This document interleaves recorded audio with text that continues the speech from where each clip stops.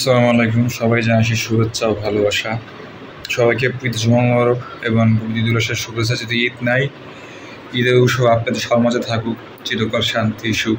জীবনে বাবা হারাইলাম, পাশে আরো 17 মাস, তারপরে চাচা মারা গেল, এরপর কাকা মারা গেল, তারপর দাদা দাদি হারাইলাম। প্রত্যেকটা আত্মীয় স্বজন কাছে হয়তো আজকে বেঁচে নেই। প্রত্যেকটা মানুষের জীবনেই একটা না একটা গল্প থাকে। সে প্রতিষ্ঠিত হোক, সে চাকরি করুক, বা তার লাইফ সেটেল থেকে শুরু করে আমরা সবাই চাই যে আমাদের জীবনের চাওয়া পাওয়া অপ্রাপ্তিটুকু যেন স্বপ্নগুলো যেন পূরণ হয়। কিন্তু শেষে একটা মানুষ যখন মারা যায় তখন সেই মানুষের মুখে হাসি থাকে না। হয়তো আমার মুখে আজকে হাসি দেখছেন না। আমি আমার বড় বোনকে, বড় ভাইকে অনেক কষ্ট করতে দেখছি। তারা অনেক কষ্ট করে তাদের পেটটা চালায়। বড় বোনকে ডাক্তার বানাতে না আক্ষেপটা আজও বলিনি। বড় বোনের স্বপ্ন ছিল ডাক্তার হওয়ার, কিন্তু সে বড় বোনটা ডাক্তার বানাতে পারলাম না। সে বড় বোনটার কত কষ্ট, কত পরিশ্রমের বিনিময়ে আমার বড় বোন ভালো রেজাল্টের মাধ্যমে আজকে স্কুলে বা ভালো একটা পজিশনে আছে। সেটা শুভ আলহামদুলিল্লাহ। সবাই আমার বড় বোনটার জন্য দোয়া করবেন। আর বড় ভাইয়ের স্বপ্ন ছিল একজন স্বপ্নের খেলোয়াড় হওয়া, একজন ক্রিকেটার হওয়া। একজন ক্রিকেটার হতে পারলে আমার বড় ভাইয়ের মুখে উজ্জ্বল হইতো। আসলে বড় বোনের ডাক্তার বানাতে পারলে আমি সত্যি গর্বিত হইতাম, মনটা একটু এক্সপায়ার থাকতো। আর বড় ভাইটাকে একটা খেলা বানাতে পারলাম না, যেটা হইতে পারলো না, এটা খুবই দুঃখ লাগে যে আমার বড় বোন ডাক্তার হইতে পারলো না, বড় ভাই ক্রিকেটার হইতে পারলো না। তাতে মনে আমার বোন কোনো আক্ষেপ নেই কোনো। বাট বড় বোনের স্বপ্নটা তো আমারই পূরণ করতে হবে, তাই না? তো আমার ছোটোবেলা থেকে একটা স্বপ্ন ছিল অভিনেতা হওয়া। অভিনেতা হতে চাই, ইনশাল্লাহ হবো। সবার দোয়া চাই, সাপোর্ট চাই। আপনারা সবাই তো আমার ফেসবুক লাইভে বা ইউটিউব চ্যানেলে বিভিন্ন ভিডিও দেখেন বা বিভিন্ন ভয়ঙ্কর সিন দেখেন। আপনারা জানেন যে আমি অভিনয় কেউ করি।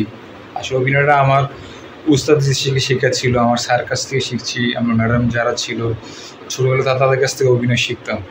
হঠাৎ করে হয়েছিল কি, একদিন আমাকে সবাই জাজ করে বললো যে তোমাকে দিয়ে ভিলেন অভিনেতাই মানায়, তুমি ভিলেনই সবচেয়ে বেস্ট আমি মনে করি। হ্যাঁ, আমি ভিলেন, নায়ক, জামাই, বাবা, যে কোনো ক্যারেক্টারই পার্ট নাম্বার 1 ছিলাম, বেস্ট পজিশন ছিলাম।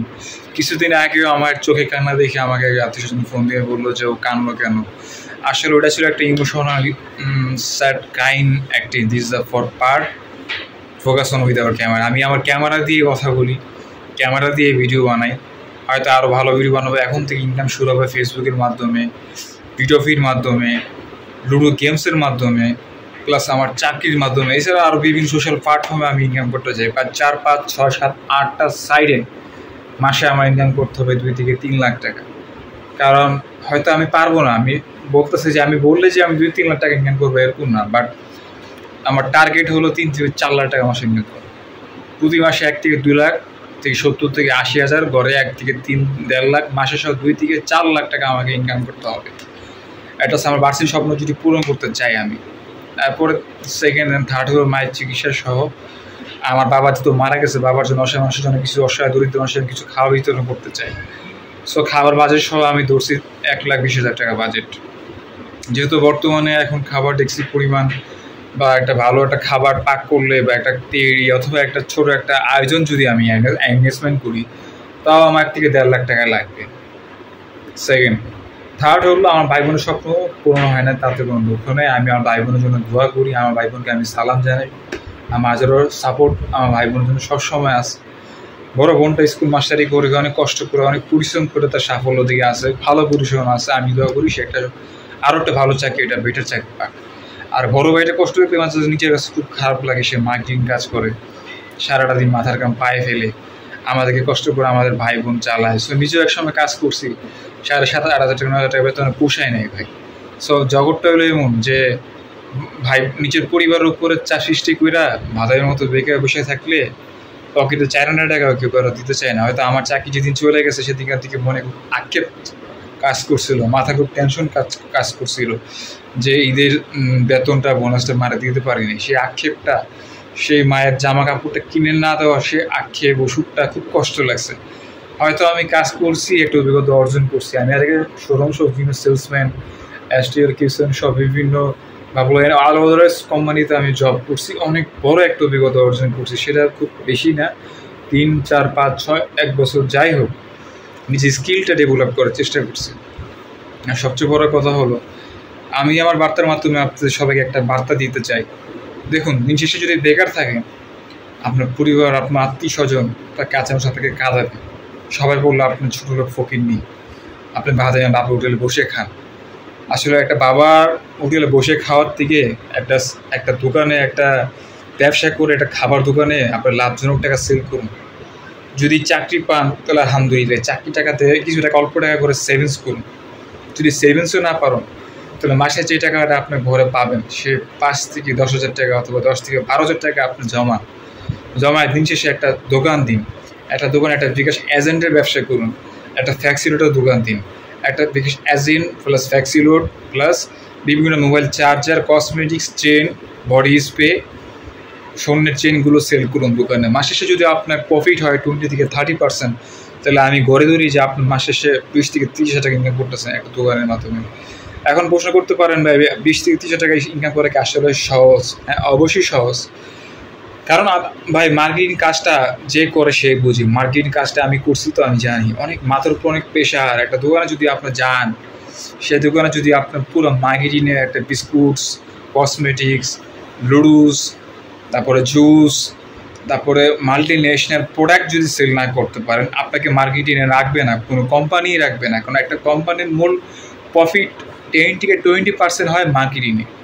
That is the best for marketing যদি আমি ধরি। এটা আমার একটা মোটিভেশন ভিডিও, কষ্ট ভিডিওর মাধ্যমে বলেছি। সো একটা মোটিভেশন ভিডিওর মাধ্যমে আমি জিনিসটা তুলে ধরেছি। আজকের মূল পার্ট হলো চাকরি সাফল্য এবং বেকার থাকা সত্ত্বেও কীভাবে সাফল্যতা আপনি আয় করতে পারবেন সেটা নিয়ে আমি আমার পাবলিক্স ভিডিও বানিয়েছি, যেটা 12 মিনিট 20 সেকেন্ড বা 12 মিনিট হবে ইনশাআল্লাহ, বা এর বেশিও লং হবে না, দীর্ঘস্থায়ী হবে না। তো সরাসরি ভিডিও মনে সহকারে শুনবেন। আশা করি বেকার থাকা অবস্থায় চাকরি আপনার 100% হবে। আমরা অনেকেই ইউটিউবে ভিডিও বানাই, বা আমার নিজেরও ভিডিও বানাইছে, আমার ইনকাম হয়নি, বা আপনি তো অনেকেই ভিডিও বানাইছেন, বা অনেকেই ভাবছেন যে বাবার জন্য ভালোবাসা বা ছোটো ছোটো নাটক বানায়। তো একটা জিনিস চিন্তা করে দেখেন, একটা ইউটিউবে একটা টাকা ইনভেস্ট করতে গেলে মিনিমাম 30 থেকে 40,000 টাকা ইনভেস্ট করতে হয়। প্রতি মাসে আপনার 1.5 থেকে 2 লাখ টাকা লাগে ইউটিউবে কম বেস করতে গেলে। সো ইউটিউব এমন একটা প্ল্যাটফর্ম, সোশ্যাল মিডিয়া জগতে ইউটিউব, ফেসবুকে সবচেয়ে বেশি টাকা ইনকাম করা যায়। তো ফেসবুকে ইউটিউবে ইনকাম করার আগে আমি একটা কথা আপনাকে থেকে মাস্ট বি বলি। ধরুন যে আপনি ইউটিউবে আপনার চ্যানেল আছে, আপনার চ্যানেলের নাম আমিন মাল্টিমিডিয়া অথবা বন্ধু ভীষণ অথবা দেশ ভীষণ মাল্টিমিডিয়া। সো আপনি একটা চ্যানেল খুলছেন, চ্যানেলে আপনার র্যাঙ্কিং সাবস্ক্রাইবার খুব কম, বা আমার চ্যানেল সাবস্ক্রাইবার খুব কম, বা আপনার চ্যানেল সাবস্ক্রাইবার খুব কম। তো সেই হিসেবে আমি আপনাকে টিপস করবো যে আপনি যদি ইউটিউব সফল ব্যবসায়ী বা সফল ব্যবসা একজন ইউটিউবার ব্যবসায় সফল হতে চান, তাহলে ইউটিউব ব্যবসার ক্ষেত্রে আপনাকে অবশ্যই বুস্ট করতে হবে। আমি তো বুস্ট করতে পারিনি। সো প্রত্যেকটা বুস্ট করার ক্ষেত্রে আপনার অ্যাভারেজ ধরেন 300 থেকে 400 টাকা লাগবে, অথবা 225 টাকা থেকে 350 টাকা বুস্ট করতে ইউটিউবের টাকা লাগে। সো এই বুস্টটা আপনি চাইলে করতে পারেন, আপনার কোম্পানি সহ আপনার বন্ধু সহ একটা বিগ প্রজেক্টে এটা বুস্ট করতে পারেন। সো বুস্ট করলে লাভ কি, ধরেন যে আপনার একটা ভিডিও যদি 20% ভিউ হয়, 10% যদি 100%ও ভিউ হয়, তো সেই ভিডিওটা আপনি ভিউ হইতেছে 5,000 থেকে 7,000, মানে 7,500 যদি ভিউ হয়, তাহলে প্রত্যেকটা ভিডিও 7,500 10,000 করে ভিউ হলে 4টা ভিডিও তো আপনার 40,000 ভিউ হলে মাসে ইনকাম আপনি অনায়াসে নিশ্চিত। এটা হলো ইউটিউবে গেল। আর ফেসবুকের ক্ষেত্রে একটা কথা বলি, যারা ফেসবুক নিয়ে ইনকাম করতে চান, ফেসবুক করার ক্ষেত্রে প্রতিনিয়ত আপনি ভিলেন অ্যাক্টর, নায়কের অভিনয়, ভিলেনদের অভিনয়, গান, shorts video, long video, full video, half video, নিজের ট্রাভেলিং ভিডিও, তারপর ফুডস ব্লগার ভিডিও বানান বেশি বেশি। ধরেন যে আপনি একটা চট্টগ্রামে গেছেন, hello Cox's Bazar, hello welcome to Chittagong, এমন কিছু ভিডিও বানাতে পারেন। বা আমি যদি ধরি ঢাকার থেকে আমি যদি গ্রামের বাড়িতে যাই আশুগঞ্জে, এটা একটা বক্স ভিডিও, তাই আমি একটা বক্স ভিডিও কীভাবে বানাবো সেটা আমি ধরেই যে ঢাকার থেকে আশুগঞ্জের বাস ভাড়া হলো 350 টাকা, চট্টগ্রাম থেকে ঢাকা ট্রেন প্রতি একটা কক্সবাজারের ভাড়া 550 থেকে 1,000 টাকা, এসি টিকিট, এয়ার কন্ডিশনার টিকিটের ভাড়া হলো 1,000 থেকে 1,200 টাকা। তাহলে ঢাকার দিকে আমি যদি আবদুল্লাপুর যাই, আবদুল্লাপুর ভাড়া 60 থেকে 120 টাকা। আবার আবদুল্লাপুর থেকে যদি আমি টঙ্গী হয়ে বামুনবাড়িয়া যাই, তো বামুনবাড়িয়া বাস ভাড়া 220 টাকা। যে কোনো পরিবহন আপনি যাবেন 220 টাকা অ্যাভারেজ বা সামথিং খরচ হবে। সো এটা হলো একটা টাস্ক ফর কস্ট এভারিং বাস ভাড়া, আপনি যেখানে যান। এখন বাস ভাড়া পরেও আপনার কিছু টাকা প্রয়োজন হয়। সো এই টাকাটা আমরা কী ইনকাম করবো সেটা নিয়ে আমরা আসি। দেখুন, বর্তমানে চাকরি না করলে আপনি যতই আত্মীয় স্বজনের বাড়িতে যান, আত্মীয় স্বজন আপনাকে ভাই একটা টাকাও দান দিবে না। ভাই আত্মীয় স্বজন আসলে দুঃসম্পর্কে আত্মীয় স্বজন আসলে আত্মীয় স্বজনের ভিতরে পড়ে না। আপনি কার আপন ভাববেন? আপনি নিজের রক্তের খালাকে আপনি আপন ভাবতেছেন, আপনি নিজের রক্তের খালা তো বাইরে আপনি আপন ভাবতেছেন, আপনি আপন না। ওনারা আপনার আপন হওয়ার যোগ্যতা রাখে নাই। কেন রাখে না বলি, একটা মানুষ যদি খারাপ করে বা তার পণ্য যদি অ্যাড্রেস যদি নেগেটিভও হয়, তাকে এটা সম্মান দিতে হয়। এই সম্মানটুকু আমাদের প্রত্যেকটা আত্মীয় স্বজনের মধ্যে নাই। সব আবার মনে করি টাকা, বিদেশ, বাড়ি, গাড়ি, ফার্নিচার, সব কিছু। কেন ভাই? আপনার আত্মীয় স্বজন আপনাকে তখনই দাম দিবে যখন আপনি আপনার আত্মীয় স্বজনের যোগ্য পরিমাণ বিরাট পাহাড় পরিমাণ টাকা কামাইতে পারবেন। আমাদের সমাজে এখন টাকা ছাড়া কোনো দাম নাই। টাকা থাকলে বউ কাছে যোগ্য স্বামী, টাকা কাছে বউ কাছে ভালো যোগ্য স্বামী হওয়া যায়। টাকা থাকলে বন্ধুর কাছে যোগ্য বন্ধু, আত্মীয়সম্মান, মর্যাদা বোধ পাওয়া যায়। টাকা থাকলে আপন মানুষ পর মানুষ আপন হয়ে যায়। টাকা থাকলে যোগ্য সম্মান বউয়ের কাছে পাওয়া যায়। টাকা থাকলে বউয়ের কাছে স্বামীর ভালো সম্মান পাওয়া যায়। টাকা থাকলে বউয়ের স্বামী আপন হয়ে যায়, স্বামীর কাছে বউ আপন হয়ে যায়। টাকা থাকলে দুনিয়া মানুষ আপনার কাছে আপন হয়ে যাবে।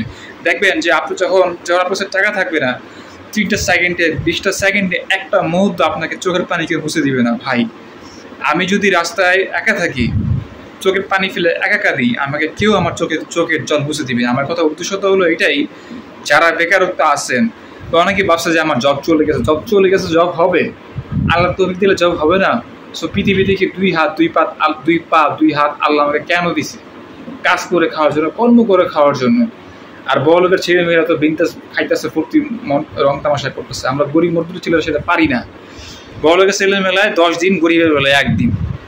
বড় লোকের ছেলে মেয়েরা 5 স্টার হোটেলে খাইতে পারে, গরিব ছেলে 5 স্টার খাইতে পারেন, কারণ তাদের বাবা নাই। তাদের ওই চিন্তা, ওই ক্যালকুলেশন করে চলতে হয়। একটা পরিবার চালাতে গেলে তার ওই স্ট্রাগল করে যেতে হয়। তাই এটি হলো মধ্যবিত্ত পরিবার। আপনার পকেটে টাকা আছে, আপনার বন্ধু আছে, আপনার আত্মীয় স্বজন আছে। আজকে আমি অসুস্থ হয়ে পড়ে নিয়েছি, কেউ আমার খোঁজখবর নেয় নাই। আজকে আমি মৃত অবস্থা মারা যাবো, কেউ আমার খোঁজখবর নিবে না। 10 দিন পর আপনার টাকা থাকবে লাখ লাখ টাকা। এত টাকা এত পার করলো কারা দিয়ে যেতেছেন ভাই? টাকা, বাড়ি, গাড়ি কবরে যাবে না। কবরে যাবে আপনার ভালোবাসা, আপনার মর্যাদা, আপনার আত্মসম্মান বোধ, আপনার ability and connectivity to with our people আর জেনারেশন। কিছু কিছু মানুষ থাকে সমাজে, যারা সমাজে যোগ্যতা রাখে না। সেটা হলো আত্মীয় স্বজন, বন্ধু বান্ধব, পাড়া প্রতিবেশী তো বাদই দিলাম, ওরা অনেকই আছে। যাই হোক, আমি এইসব কথা বলে কাউকে শুরু করতে চাই না। একটা কথা বলতে চাই, পারলে খোঁজখবর নিবেন আত্মীয় স্বজন বা পাড়া প্রতিবেশী, সবাই না পারলে নিয়েন না। শুধু আমার মা আমার অনেক কষ্ট সবাই দিচ্ছেন। নিজের মাকে যদি তৌফিক রাখতে আল্লাহ যদি তৌফিক দেয়, নিজের মা বাবার নিয়ে বাড্ডা, গুলশান, রামপুরে চলে যাওয়ার তৌফিক ক্ষমতা আমার আছে। আমি আমার মা ভাই বোনকে এমন জায়গায় নিয়ে যেতে চাই যেখানে কোনো আত্মীয় স্বজন থাকবে না, যেখানে কেউ থাকবে না, অনলি আমার ভাই, আমার বোন, আমার মা থাকবে। মা ভাই বোনকে নিয়ে দরকার দূরে থাকবো। আর চাকরি করলে বাড্ডা, গুলশান বা অনেক বড় বড় জায়গায় চাকরি করবো, যেখানে আত্মীয় স্বজন যাবে না, যেখানে আমি সেফ থাকবো, যেখানে সবাই আপনারা সেফ থাকবেন, যেখানে কেউ আমার খোঁজখবর নিবে না। আমি শান্তিতে থাকবো। আল্লাহ যদি একটা জব আমাদের সবাইকে একটা জব দান করুক, বেকারত্ব থেকে একটা তৌফিক দেখ আল্লাহ, যেন সবাইকে বেকারত্ব থেকে মানে ভালো একটা জব তৌফিক দান করে, এই কামনাই করি। আর একটা কথা আপনাদেরকে বারবার বলি, বেকার থাকবেন না ভাই। পৃথিবীতে বেকার থাকলে আপন মানুষের ছায়া দেখতে পারবেন, অন্ধকার ছায়ার মতো আপনাকে মানে দূরে ঠেলে চলে দিয়ে গেছে এমন অবস্থা দেখবেন। কারণ পকেটে যদি টাকা থাকে না, আপনার বন্ধু আপনার খোঁজখবর নিব।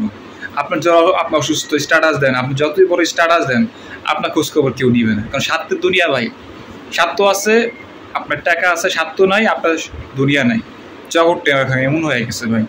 সো বাবা এতিম হারা মধ্যবিত্ত পরিবারের বাবার সন্তানের খোঁজখবর তো কেউ নিবে না, এটা স্বাভাবিক। আমার বাবা হারাইছি, আমার বাবা নাই।